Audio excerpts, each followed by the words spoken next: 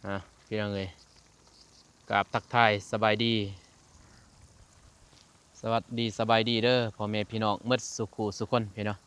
เข้าสู่ซองบ่าวเจ็บสแนลโอ้ยจับกล้องให้เพิ่นพี่น้องเอ้ยเนาะนี่เพิ่นเฮ็ดเวียกเฮ็ดงานมาซอยเบาเตียงมื้อนี้โหดนั่นบ่มันสิเปียกอยู่บ่ย ว้าแบบคือฝนเลยนะโอ้นั่นก็หมดแล้วโดยสบายดีหญ้าตีสิโป่งก่อน แม่นปะ โหดมันเบามันก็พอแล้วนี่หัวทั่วเลยกับหญ้าโป่งก่อนนะ ได้เดี๋ยวมันตายปะ บ่เป็นหยังละยดบนเบามันนะโหดจะเบามันก็พอโหดทั่วเลยนี่ก็หญ้าก่อนนี่หญ้าได้สิขึ้นก่อน ฝนตกก่อนนะ มันบ่ได้ซุ่มฮอดหั่นดอกข้าวเดียวมันซุ่มมีแต่วางนั่นเด้อปักเสียบเด้อหย่อนเด้อเดี๋ยวไปซี่ใส่ปักเสียบเลย ยาละพอละแบบไรไอ้น้องบ่เคยหดเลย แนวนั้นแหละ เพราะว่าอยู่บ้านน้องบ่ค่อยได้หดนะ กัน ยามฝน แล้วไฟสิได้หด คันฝนบ่ตกก็บ่ปลูกเลยอยู่บ้านเนาะ เฮ็ดจังได๋อยากปลูกเลยหอดเวลาเลยหดบนเดียวนั่นแหละบนหันก็มันก็ไล่เองบ่หาทั่วดอกเพราะบ่ได้เสียสิกกมันนะน้ำมันแห้งอย่ามัน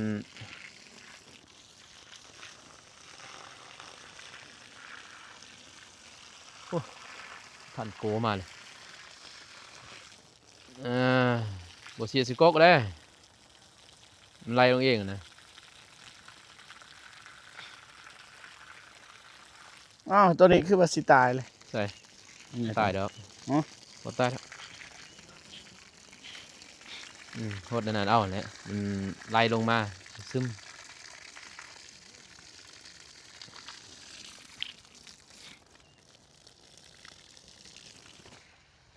ข้าว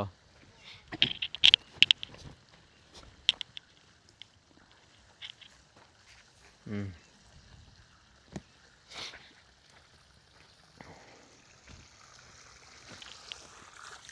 พอทันโก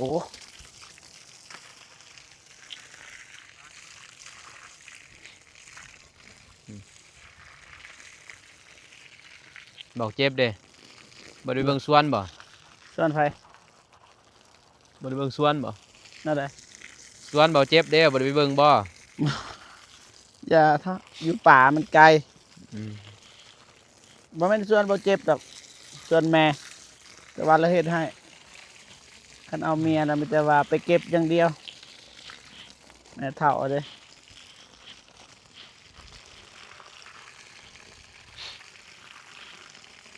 ไอ้แดงเราหดตลอดป่ะ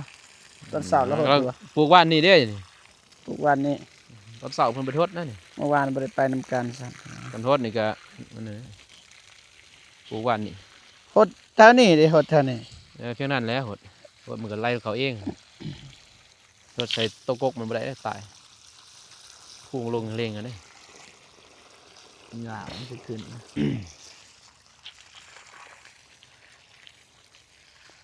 ใส่พุยแล้วพี่น้องใส่พุยห้องฝืนหมดเลยอันตัวนี้คือว่านี่หลบบาดเจ็บ เท่าไหร่เท่าไหร่จังหวะเลย อะไรเยอะ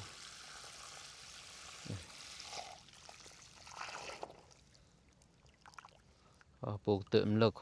ตื่นโพดปลูกตอนนี้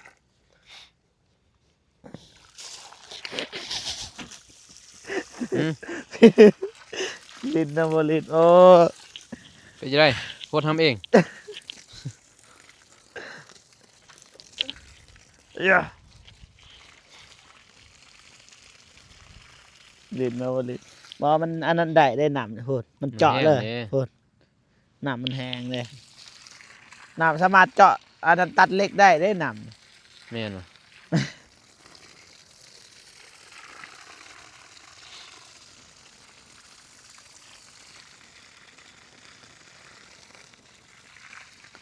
รุดแล้วจะได้ดึงรุด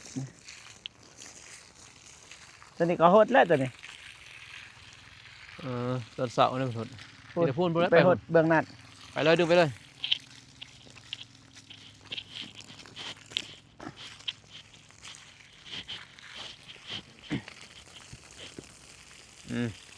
ไป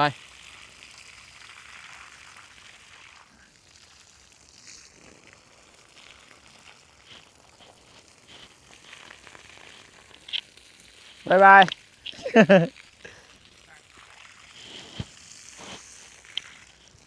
กวางเตอร์มาเด้บ่เจ็บหดใหญ่เอ้ย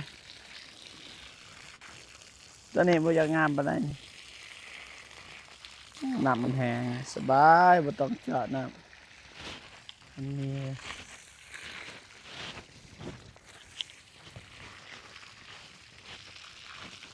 ไม่รู้ว่าเรายังตรงกันอยู่ไหม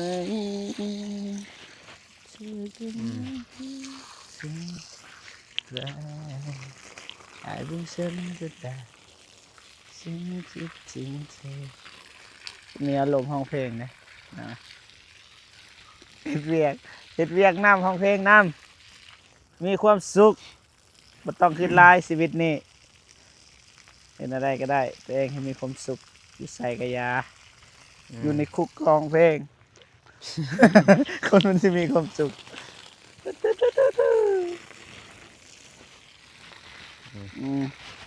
ช่วยกันคนละไม้คนละมือโอ้ทฤษฎีไอเตียงไม่มีทฤษฎีเนาะขนาดบ่เคยปลูกกาแฟยังมีทฤษฎีขนาดบ่เคยปลูกกาแฟยังมีทฤษฎีเนาะ จักได้ทฤษฎีมาได้ใส่บ่เคยปลูกกาแฟวิเคราะห์วิจารณ์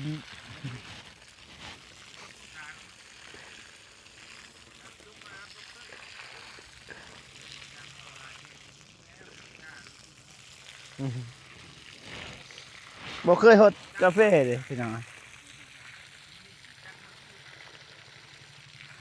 ยาเถาะบ่เมกบ่นุ่งเป็นกล้วยอีก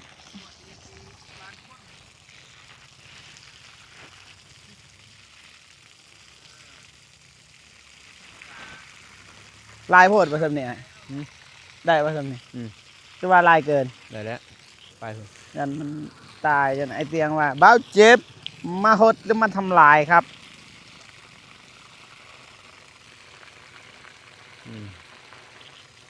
ไป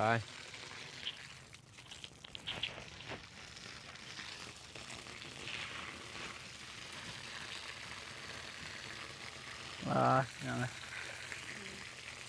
เอาไปเลยเด้อพูดบุสุด ซื้อหอดดูว่า ฮอดอยู่ บัตรนี้กันสั่ง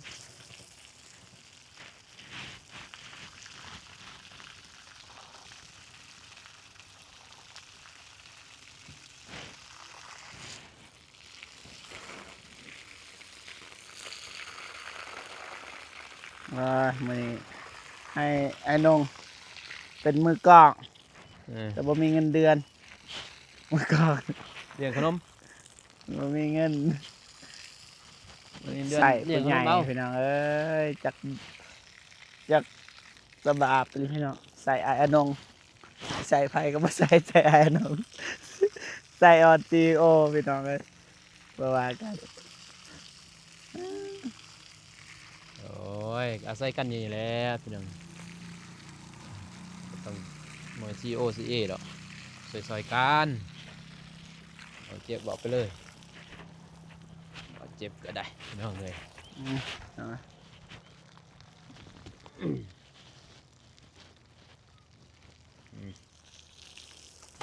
โอ้เจ็บดึงไปเลย อะ ดึงไปหอดพุ่นก่อนจะได้เอาตัวนี้มา ดึงปะ ดึงไปพอดีแล้วพอดีป่ะ เขาดิ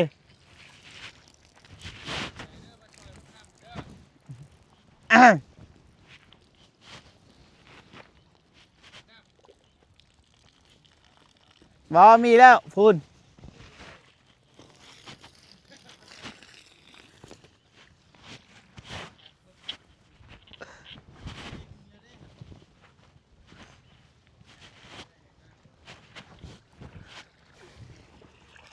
ไอ้ของทางจับ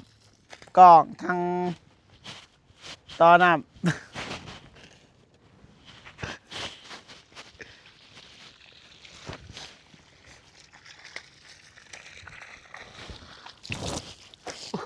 เอ เอาโตเปียกหมดเลยน้องเอ้ยทนได้เด้อ ใส่บ่ใส่น้องมาฮดน้ำเด้อมาฮดกาแฟเด้อ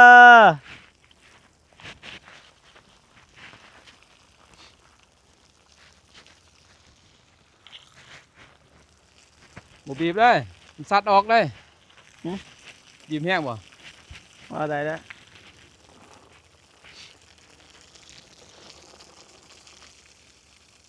อ่า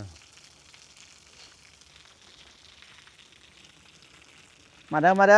ฮดนี่เด้อมาเด้อ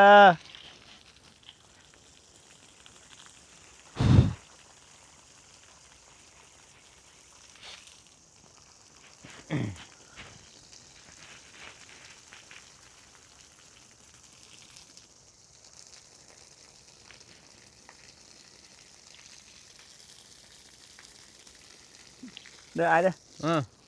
บอนัดทันฮดโอ้เสร็จสับฝนตกเลยพี่น้องเลยนี่รู้สึกว่าสบายใจเลยพี่น้องเวลาฮดเวลาเลี้ยงสัตว์เวลาฮดอันนี้บ่ได้ขึ้นหยังนะ เย็นเนาะ แบบเย็นสบายใจบ่ อืม บ่มีแบบคนบ่มีความทุกข์เลยนะพี่น้อง อืม ว่าตอนเช้าเบาเจ็บก็ โอนเงินให้ค่ารถเรียบร้อยบ่มีความทุกข์แล้วคนและบัดฮอดเดือนหน้าอีกทุกข์อีก พอทีหนึงยามใดได้ทุกยามนั้นบ่ แม่นวันที่หนึ่งยามนั้นเดี๋ยวเจ้ากระวนกระวายลงลืมๆเลยพี่น้องผมเคยเป็นหนี้ก็เป็นหนี้พี่น้องเดือนหนึ่ง6 ล้าน10,000 บาทคิดเอาพี่น้องเลยเดือนละ10,000ก็โต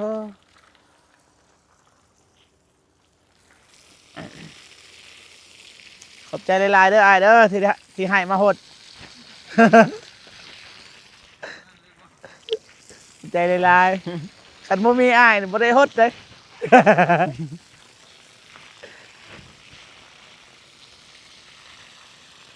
โต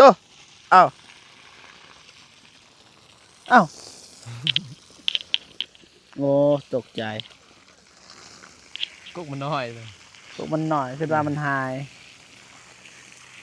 ตู้มีความสุขขนาด ขอบใจหลายๆเด้อที่ทำให้เบาเจ็บมีแบกเฮ็ด นี่เลยนี่ตีย่างเลยนี่ ยังลืม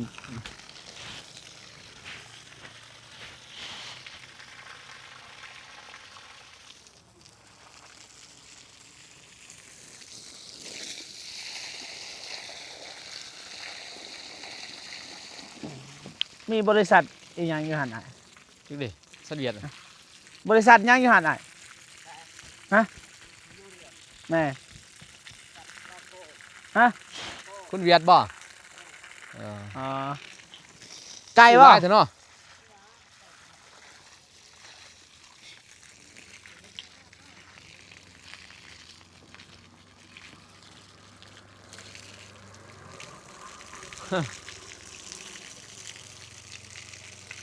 รู้จักกันบ่อ่านหนู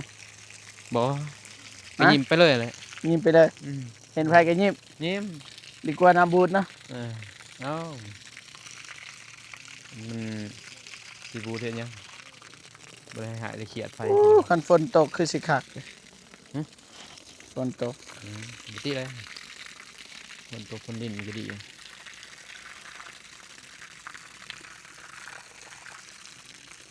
เอาละสังตายเกินไป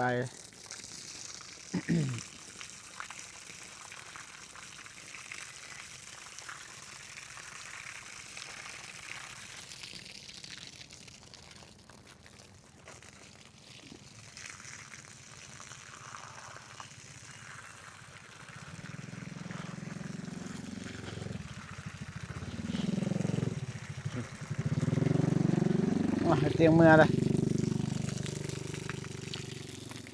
ลงคลิป เอาไปซื้อหยังเนาะอายนะ ไปลงคลิปมีสัญญาณ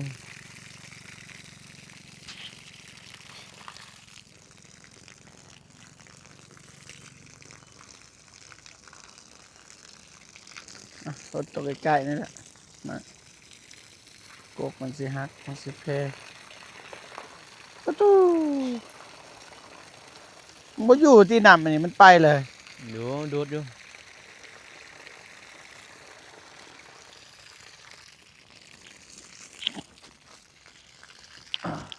รุดเลยจัก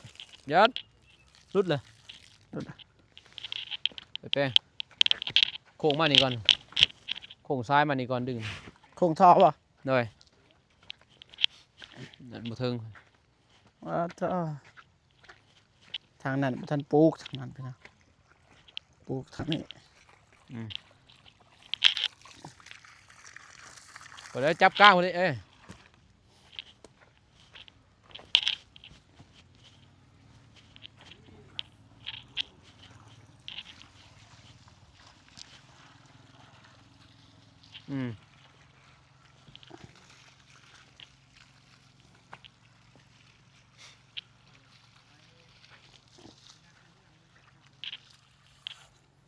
ดึงนี้ดึงนี้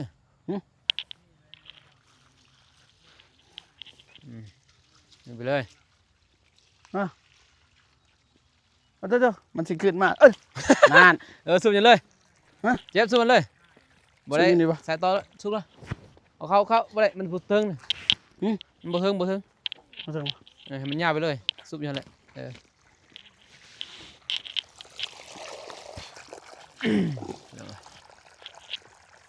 โอเคเอาทอใหม่มาใส่ก่อนเดี๋ยว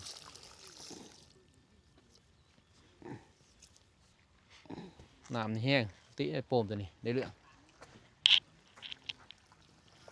น้ำตัวเจาะมันบ่แห้งพี่มันเอาน้ำตัวนี้ดึงไปหอดเทิงโอ้ได้เรื่องหดเลยมันบ่หดโอ้เลยตายนี่พี่น้องมันบ่หดนี่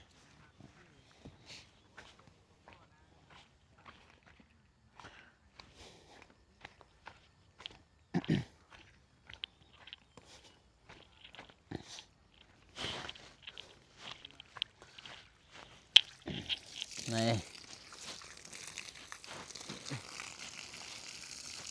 ใบเขียวพี่น้องใบกำลังมันเบิ่งประมาณ2 ทิศตัวนี้พี่แต่ว่าเฮาปลูกแล้ว2 ทิศมันบ่ตายก็ถือว่ายืนเนาะพอเฮาลงว่านนี่เด้ลงว่านนี่เฮาเบิ่งก็ยังเขียวอยู่แล้วเพราะว่ายัง ไอ้แดงจะไปปลูกป่ะ ไหน ไอ้แดงจะไปปลูกป่ะ ปลูกเลย ปลูกย้ำแรงเนาะ ยามแรงเอามันฮ้อนเด้อย่ามันตายมันเหี่ยวเด้ปลูกยามแรงเอามันสิบ่ตายแต่ก็ถ้าว่าได้2 ทิศแล้วมันใบมันบ่นั่นพี่ใบบ่หล่นบ่หยังก็คือว่าได้แหละ2 ทิศหรือว่าหากมันเดินแล้วแต่ในระยะ2-3 มื้อนี่เฮายังทันฮู้ดอกว่าตัวใดมันสิยืนหรือบ่ยืนเราต้องเบิ่งมันแหละพอน้ำมันฝนบ่ตกเด้มันฝนมันอยู่ลุ่มนี่ตัวเฮาขุดมันบ่มีน้ำเลยมันสิเหี่ยวเนาะถ้าเราหดในนี่มันก็เขียวเลยแหละ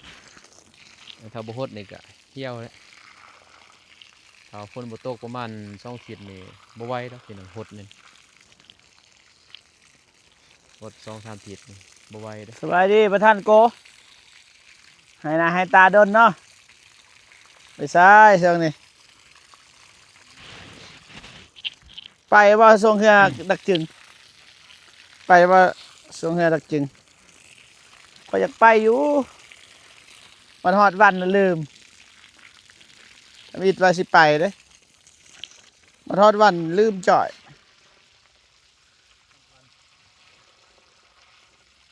มันบ่อยู่นำนี่ได้ปะ ได้มันซึมเลยเด้เด้อ ไปดีเด้อ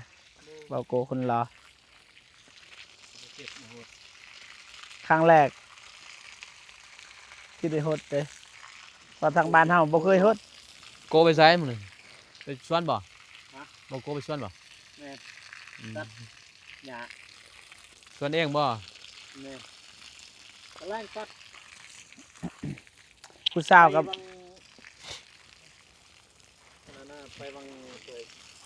ผู้สาวมากกันแล้วคนมีส่วนเป็นเสีย 8-9 โมงเราไปคือกันนั่นแหละอย่าหันกับบริเฮ็ดเด้อเสียโล่ง จะได้ฮอดบ่ ฮ้อนอยู่บ่มีหดลม อืม อ้าย ครั้งนี้ฮดจะได้นี่ มันยังเปียกอยู่ ยังติ เด้เปียก เสียง รถสมวัน วันนี้บ่นี่ตอนเช้าหมดแล้วบางยาบางนำยัง จริงใหญ่ไว้เด้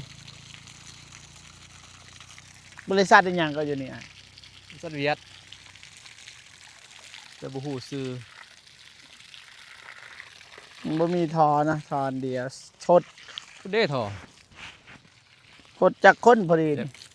ผู้ใดไปถอดึงเอาถอตอนนั้นมาซุบอยู่นี่ก็ไปต่อเลย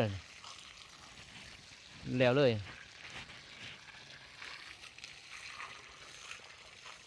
โคตรมันแล้วเลยหรอก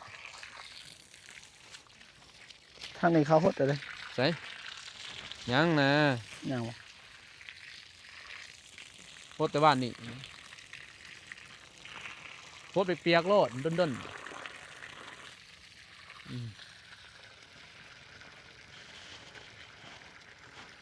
ไปจะหน่ายเตียงเป็นเสียแล้วพี่น้องเลยเสีย ยศ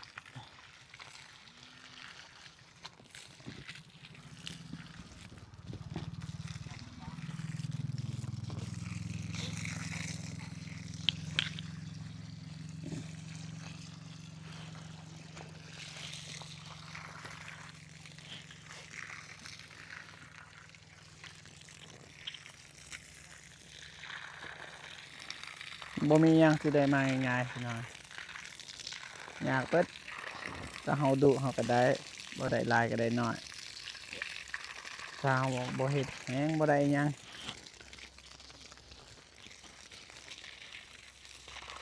มียังหรอกได้มาง่าย อายกาแฟมีจักตอน ๆ2 ตอน จักตอนจักล้านพี่จ่ายตกขาย 40 ล้าน ฮะ 40 40จักกีตาร์กาแฟ แต่มารวมหมด2 ตอนอีกตาปลาย ฮะ ซ้ำนี่แหละ อ่า แต่ว่าก าแฟบ่งามปะ มันแก่เด้หลาย แก่แล้ว กาแฟลายฝาลาปีกาแฟ10 ปลายปีให้เขาสาวส่วนกาแฟตัดปลูกใหม่หมด2 ตอนเป็นส่วนกาแฟตอนหนึงบ่ตัวบ่ FC เพิ่นก็เห็นหมดเลยเด้ลายบ่ก็บ่ลายอายุประมาณนี้แหละ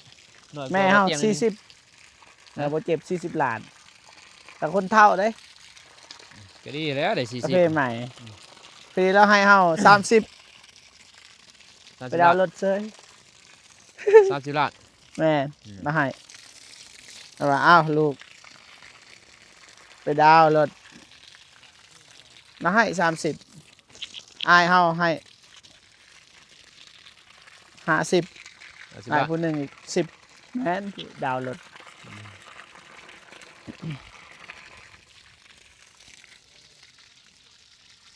นี่แหละมีคนซอยที่บ่อนุ่งนี่บ่มีไฟซอยตัวเองนี่แหละ เจะเดียวแล้วบ่สิซอย ก็ยังดีนะมีคนซอยเท่านึงเสียเดียวก็ยังมีคนซอยครับคืออ้ายมันบ่มีไฟเด้ ผู้ใหญ่อีกซอย เพราะว่านุ่งมีแต่ผู้เดียว อ่าแม่มันนา น้อ เพิ่ ง น นุ่งก็แม่นสิมี 70,000 บาท พ่อแม่ก็เพิ่นก็บ่มีผู้ใหญ่ซอยอีกเนาะ ตอนที่เรือแม่เพิ่นว่าสิให้ น้องหาเองนั่นแหละเฮ็ดเฮือนหาเองเลยพี่น้องบ่นุ่งบ่ได้มีเงินผู้ใหญ่ผู้เต้เด้ น้องก็สิซื้อเซามาไว้เด้ อืม เพราะว่า ก็บถม เฮามีประสบการณ์น่ะเด้อ้ายน้องเพิ่นเฮ็ดเทือนแล้วฮู้เลยต้องใช้เท่าไรเพราะว่าเฮาบ่ฮู้อีหยังเลยว่าบ่ได้เพ้อๆถึกแหลก เก็บออมรอมริบนี่แหละอ้ายก็เงินยูทูบน้ำแน่เงินกาแฟน้ำแน่เท่านั้นแหละ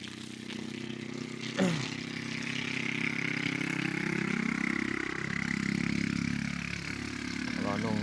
เป็นลูกกกนะพี่น้องเป็นลูกกกพละลายเอ้ย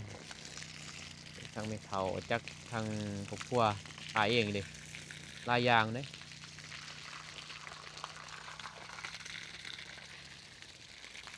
ดึงไปหุ่นตีเจ็บหุ่นทางหุ่นตีมันจะลมร้ายเลย เท่าไหร่ โคตรทางหุ่นก้อนมันลาย หมดได้ทันโอ้ไม่ต้องฝนเลยซื้อรถเสาไก่ต้นหนึ่ง700,000 800,000นี่แหละต้นหนึ่ง10 ต้น8 ล้าน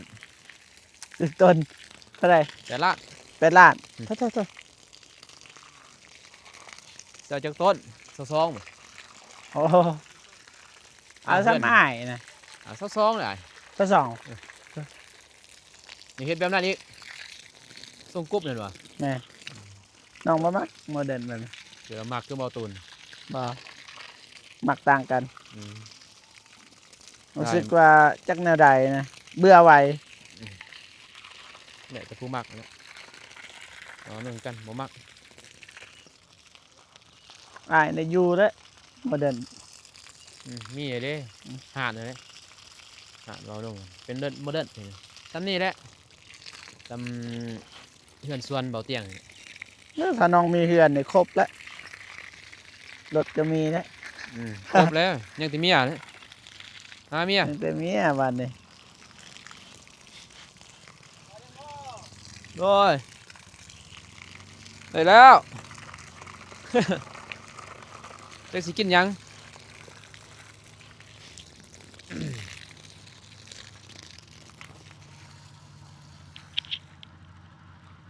แล้วนี่ซะคักกลัว นี่นแหละเต็งลงใส่พี่น้องเอาตูนกาเฮ็ดได้เด้สั่งเลขสั่งลังอันนี้ ประตูนวะแม่นเราเห็นแล้ว เบิ่งคลิปกันอยู่พี่น้องเอาบ่าวนุ่งก็ต้องได้มาพี่แหละมากับบ่าวเตียงไปใส่ไปนำกันนั่นแหละบ่ได้เอาไปนำเพิ่นเลยอยากลายดิซอยเพิ่นมันแล้วนี่แหละซอยตอนใดก็ซอยตอนนี้แหละซอยกัน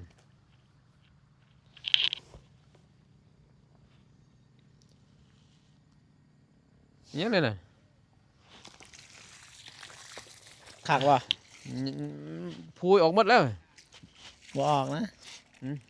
บ่ออกกี่แถวนี้เลย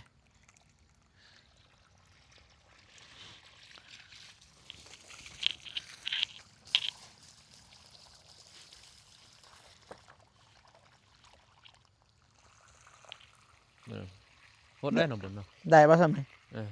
พอป่ะ พอแล้ว ไก่ได้สิแล้ว หมดแล้วที่บุญถุง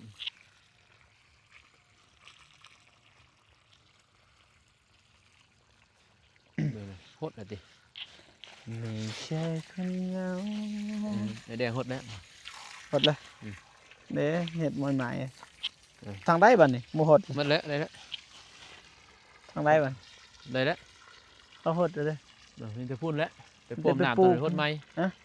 พูดแล้วไปโปมน้ำตอนนั้นโคตรไหมพูดทายตัวโยตอนนั้น ข้างนั้นบ่ เลย ทางนั้นมาท่านหดบ่ ยัง ปลดตัวนี้ก็ได้สัน มันบ่ได้ดอกตัวนี้ก็อยู่นี่แหละแต่ไป มีสายป่ะ ฮะ สายอยู่หัน ตอนนั้นก็ตั้งตอนนั้นพูดดิสายเห็นบ่เหงา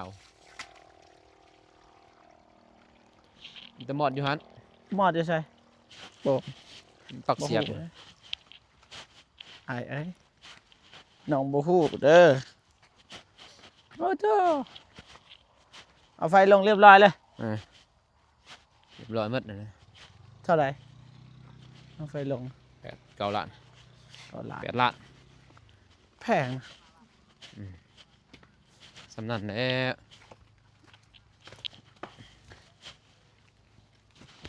เห็นบ่ทรายสีดำ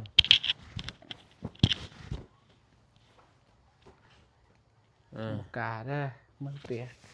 ดึงรถนะลองได้โทรศัพท์มูตกหน่อยนั่นแหละดึงรถโอเคซุปไผ่ตอนต่อ ตัวนี้นี่ตัวนี้ป่ะ โอเคไปพูด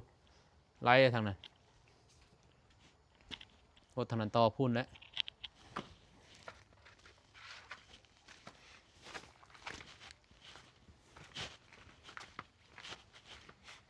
ใช่ทางใด พูดแล้ว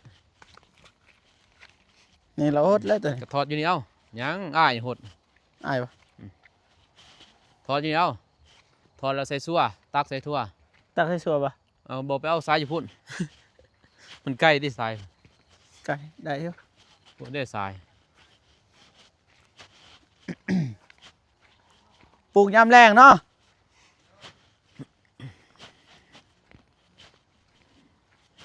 เดี๋ยวหดมาเลยเจ็บหดนั่นมาเลยทางนี้บริหดดิหดมาเลย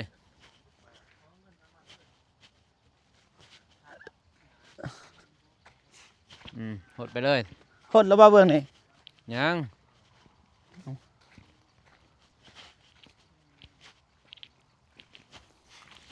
ดึงขึ้นไปเลยหดขึ้นไปเลย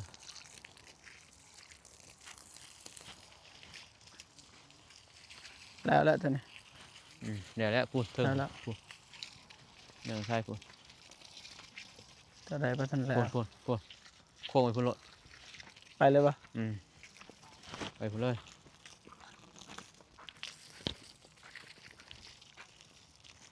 ดึงไปเลย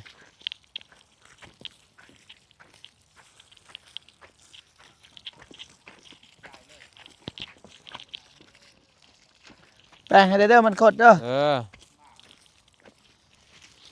หยุดหยุดหยุดหยุดไปดึง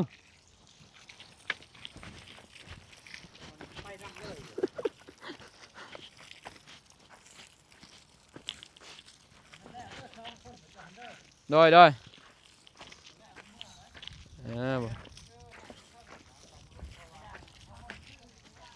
ื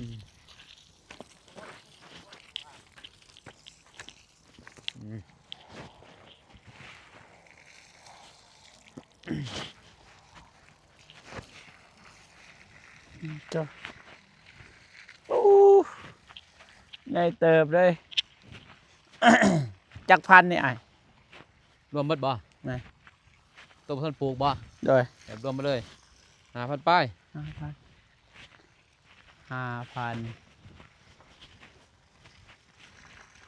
กาแฟ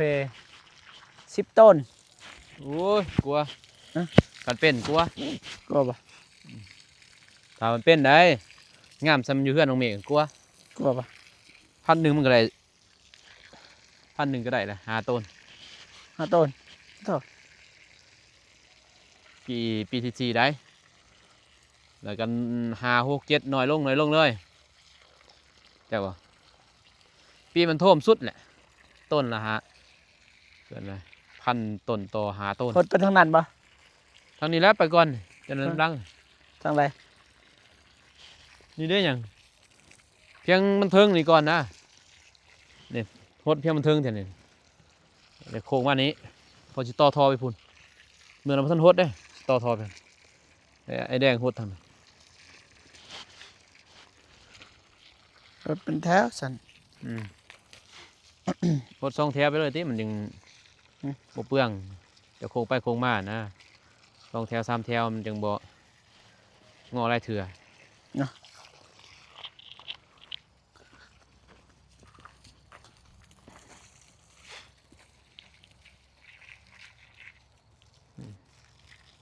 ปวดซนผลยังเลยเจ็บเห็นบ่ซน โต ดักหัว โอ้ความเสียดายดิน อ้าวดินเนาะ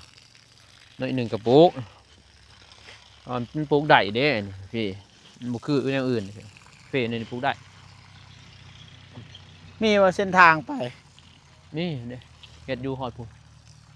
ฮอดครึ่งกลางนี่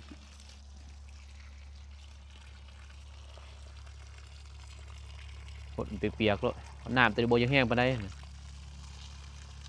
โปมหน่อยบ่คือโปมตอนมันใหญ่ว่าสิตั้งใจฮดแต่ตอน2 โมง2 โมงแรง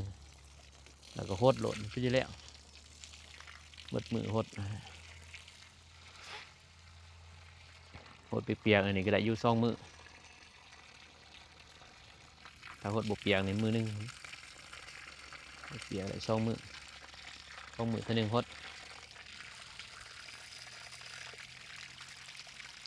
เรานุ่งบ่ได้ฮดพี่น้องเอ้ย ปลาเลย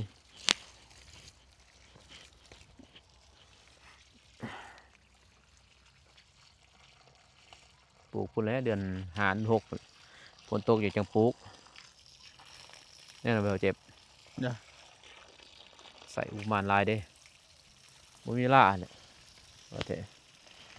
เบียกมันมีลายเบียกมันมีเห็ดเบียกมันเบียกเดียวได้พี่น้องอันนี้มันบ่มีเบียกเด่นโคตรซื่อมันมีเบียกนี่ก็เสียยุเสียหญ้าเด้หญ้าขึ้นแห้งครับฝนลง3 เทื่อกันหญ้าเกิดได้บัดนี้เต็มกาแฟบ่ทันขึ้นดอกหญ้าขึ้นก่อน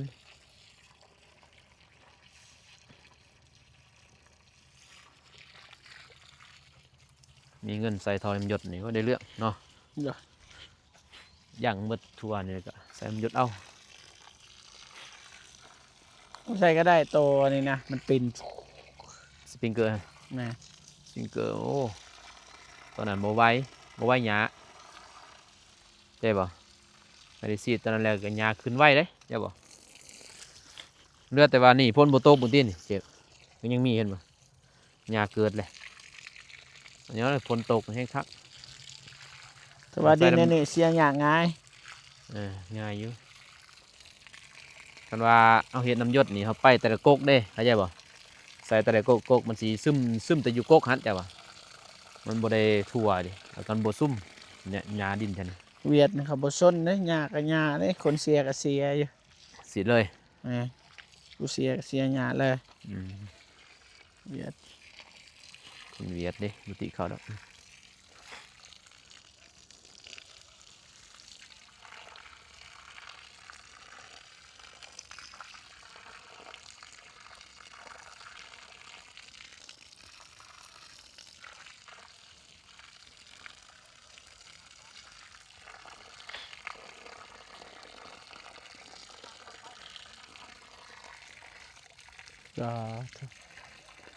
ก็กาแฟ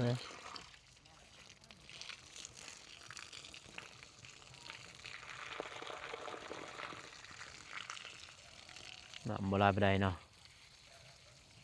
เพราะว่านี่ฮดก็อยู่แต่โบราณปานใดเบาหน่อยเพิ่นฮดแต่ยังซุ่มบ่ลงขวดซุ่มอยู่ซุ่มนะบ้านนี่เพิ่นฮดนี่ซุ่มเซยประมาณ2 มื้อนั่นแหละฮดเทื่อหนึงอยู่ได้2 มื้อ 3 มื้อ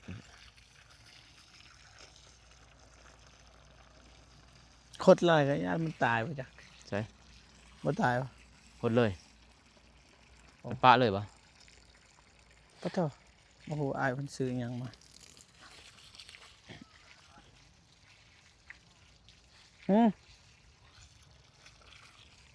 ข้างล่างลมนะ สิปูนน่ะนะ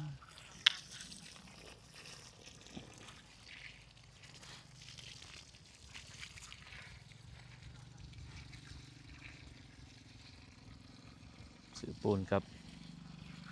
ลงทุนได้พี่น้อง วงประตู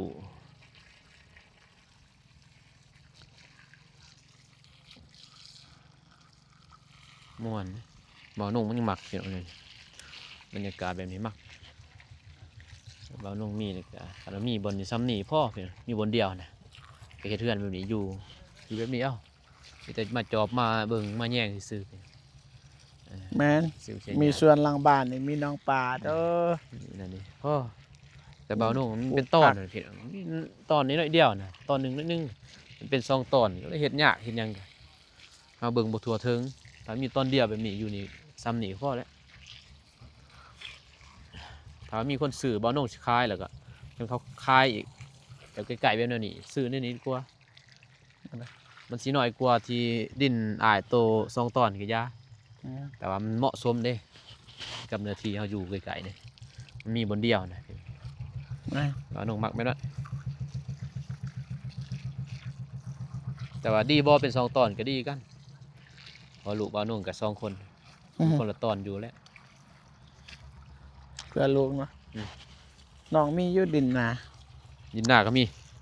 มีดินนาสิคอนอยู่อายเพิ่น ดินหน้าก็มี นี่ ดินสวน บ่อยากได้ดินหนาตัวอย่างว่าเฮาความฝันของน้องก็คือค้าขายกับไปเฮ็ดอันนั้นนาเฮือนอยู่นา เลี้ยง ห ป น้า ลา ซ้ำนี่เด้หน้าพวกน้องซ้ำนี่ เนี่ยช่วงนี้ ซ้ำนี่แหละเฮกตาร์ ไป บ่ฮอดซ้ำนี่แต่ว่าเฮกตาร์หนึ่งมีหน้าสิไปเฮ็ดเทือนอยู่หั่น อยู่ไสดินที่บ้านบ่ บ่อยู่แต่ว่ามันมีเส้นทางนั่นนี่คือกันเทือนสวนนะก็เอิ้นว่า อืม เฮ็ดหนองปลาเฮ็ดปลูกผักสวยๆเฮาก็ไปถ่ายคลิปกลางคืนเฮาก็มื้อนอน อืม บ่ได้ย่านเด้เพราะว่าเฮามีรถเด้คันช่วงนั้นในรถจักรเฮาจักย่านเด้แต่รถนั้นเฮาบ่ย่านนอนอ้ายเพิ่นว่าสิขาย100ล้านยาเด้ อยู่ใกล้ๆบ่ ดินงามเด้ อยู่ไส อยู่หน้าเฮานี่แหละวิทย์อันนั้นสวนบ่ฝน เออ แต่ว่า ใช่ เฮาก็ว่าบ่ขายเพิ่นว่าให้คร้านเฮ็ดนาแล้วเพิ่นตั้งใจเฮ็ดสวนเด้เราได้หลายได้เงิน เออ ก็พอมีผู้เฮ็ดสวน แล้วก็สิขายก็สิ แต่ ยื ว่าม เฮาบ่ได้ให้ขายเฮาอยากได้อะนะ สิติดหนี้ดอก หือ ถ้าสิขายสิติดหนี้ดอก ดินนาเฮ็ดหนองปลาแม่ต่อปลูกกล้วยปลูกเบิดนะ ที่รักษาง่ายเขาปลูกตัวใดรักษายากบ่ปลูก เออ แล้วก็ปลูกผักปลูกหมักแตงปลูกทุกอย่างที่กินได้บ่ต้องซื้อนะ อืม อยากกินปลาก็ลงไปเอา กินผักก็เอา ซื้อแต่ข้าวพอ อืม แต่ว่าดินนาก็ได้อยู่หั่นแต่ว่าน้ำมันบ่งามดินจักแนวใด ปลูกกาแฟเอา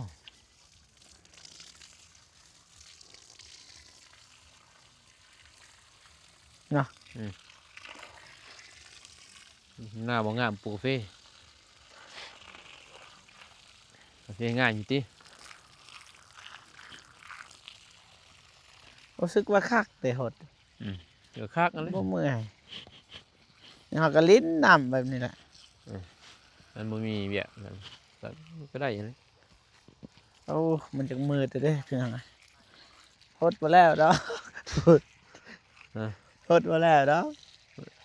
บ่แล้วประมาณคืออ้ายเว้าแหละประมาณ2โมง 2 โมงกลางคืน ตอน2โมงหั่นนะออกลงมาฮดโลด แหม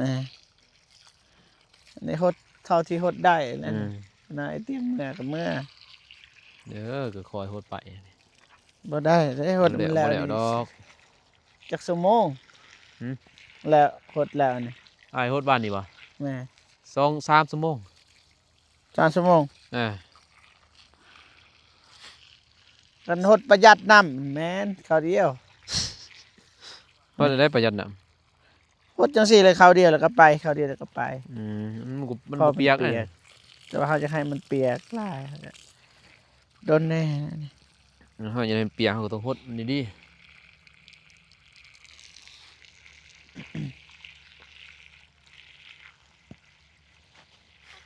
พอฮดได้มือหนึงอันได้มันก็ได้เด้มัน หมอกันหด3 คนนี่โอเค จับเลยพูด สปริงเกอร์ แล้ว 2 นี่ อัน ก็ 3 อัน 5 คน เนาะ หดข้าวเดียว ใส่3อันเลยบ่ แม่หดเลย อืม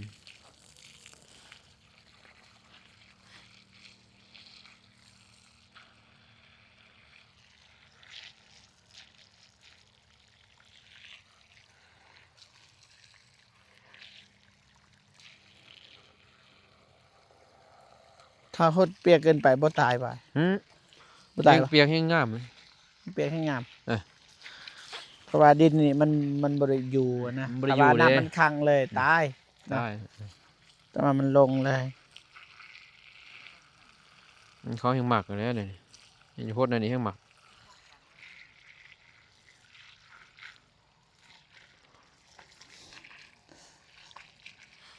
กาแฟหมักแบบนั้นเด้